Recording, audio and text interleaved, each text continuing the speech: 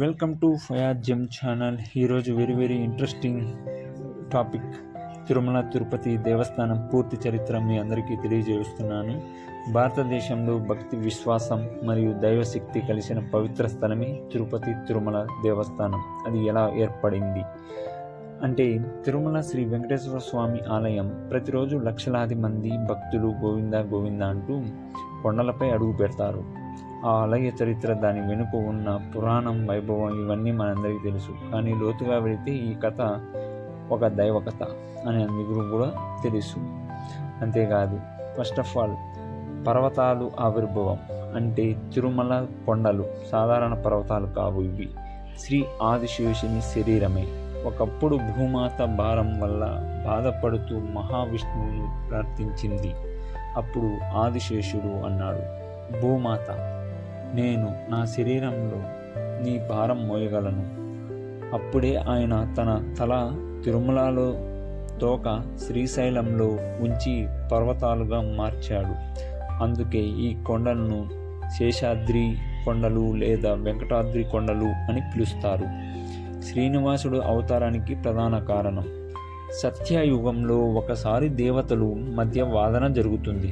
భూదేవి దేవతల ముందు ఏడుస్తూ చెప్తుంది, మానవులు ధర్మాన్ని విడిచిపెడుతున్నారు, పాపం పెరుగుతుంది. అప్పుడు శ్రీ మహావిష్ణువు అన్నాడు, నేను భూలోకానికి వెళ్ళి ధర్మాన్ని స్థాపిస్తాను అని.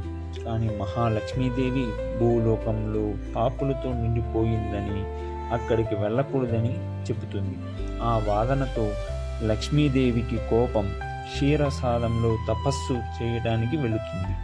ఆమెను శాంతింపచేయడానికి మహావిష్ణువు భూలోకానికి వచ్చి తిరుమల కొండలపై శ్రీనివాసునిగా అవతరించాడు.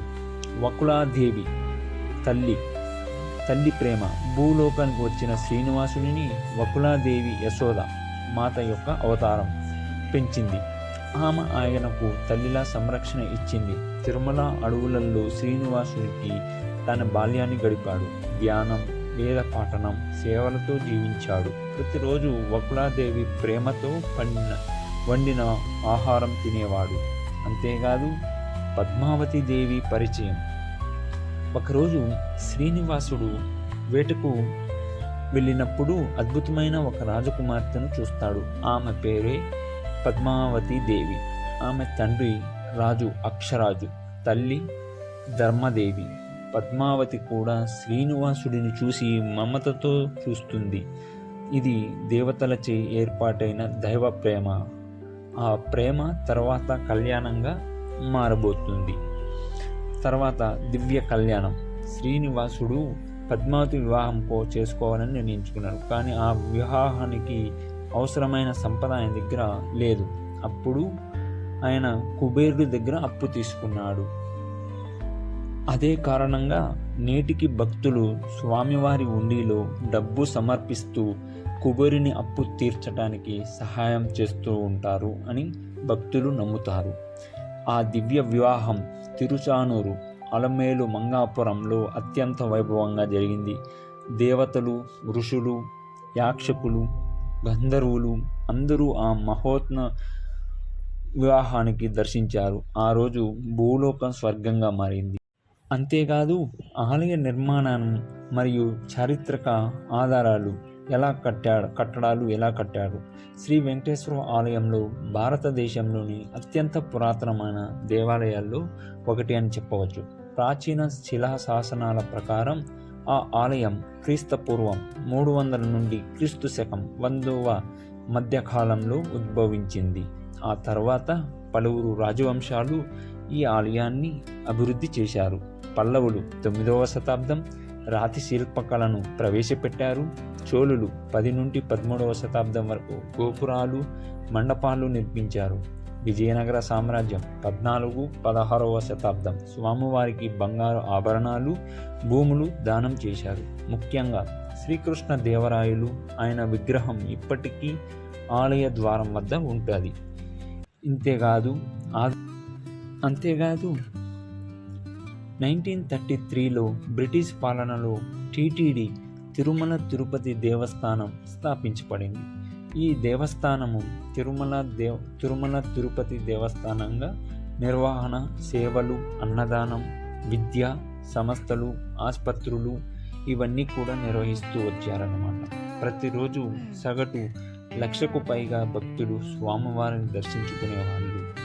హుండీ ఆదాయం స్వీకరించే విరాళాలు ప్రపంచంలోని అత్యధికంగా ప్రసిద్ధ పొందిన లడ్డు GI ట్యాగును పొంది ఉంది.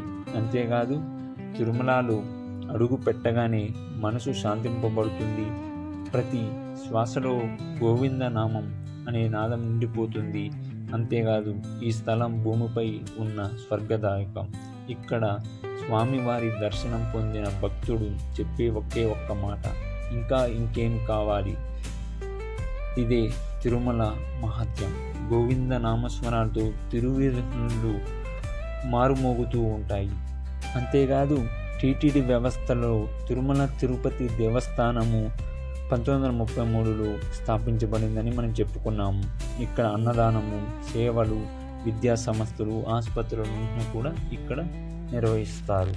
అంతేకాదు ఇక్కడ మెయిన్గా చెప్పాలంటే ఇంకా గోవిందనామస్వరాలతో ఇదే తిరుమల మహత్వం, ఇదే శ్రీ వెంకటేశ్వర దయ అని ఇక్కడ స్వామివారి దివ్య రూపాన్ని చూసిన భక్తుడు చెప్పేది ఒకే ఒక్క మాట, ఇంకా ఇంకా ఇంకేం కావాలి.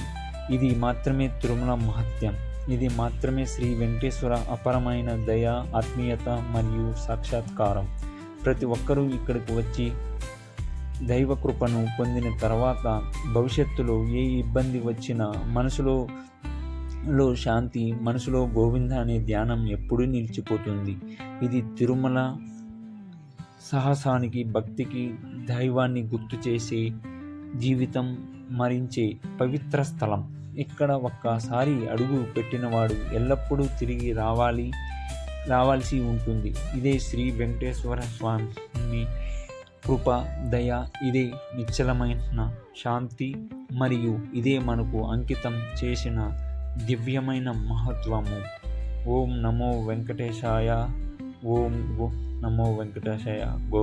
గోవింద నామస్మరణలతో తిరుమల మారుమోగుతాయి. తిరుమలలో అడుగు పెట్టగానే మనసు శాంతి పడుతుందని ప్రతి ఒక్కరు కూడా ఆ కొండగాలిళ్ళు మరియు మేఘాలు మధ్య నుంచి ప్రసరించే స్వర్ణరశ్మి ప్రతి క్షణాన్ని పవిత్రంగా మార్చివేస్తుంది.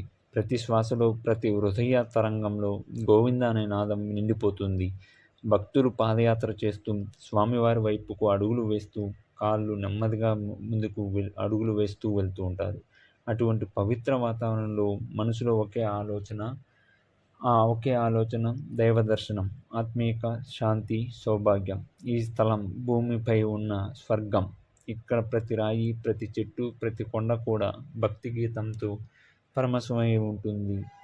స్వామివారి దివ్య రూపాన్ని చూసిన భక్తుడు చెప్పేది ఒకే ఒక్క మాట, ఇంకా ఏమి కావాలి. ఈ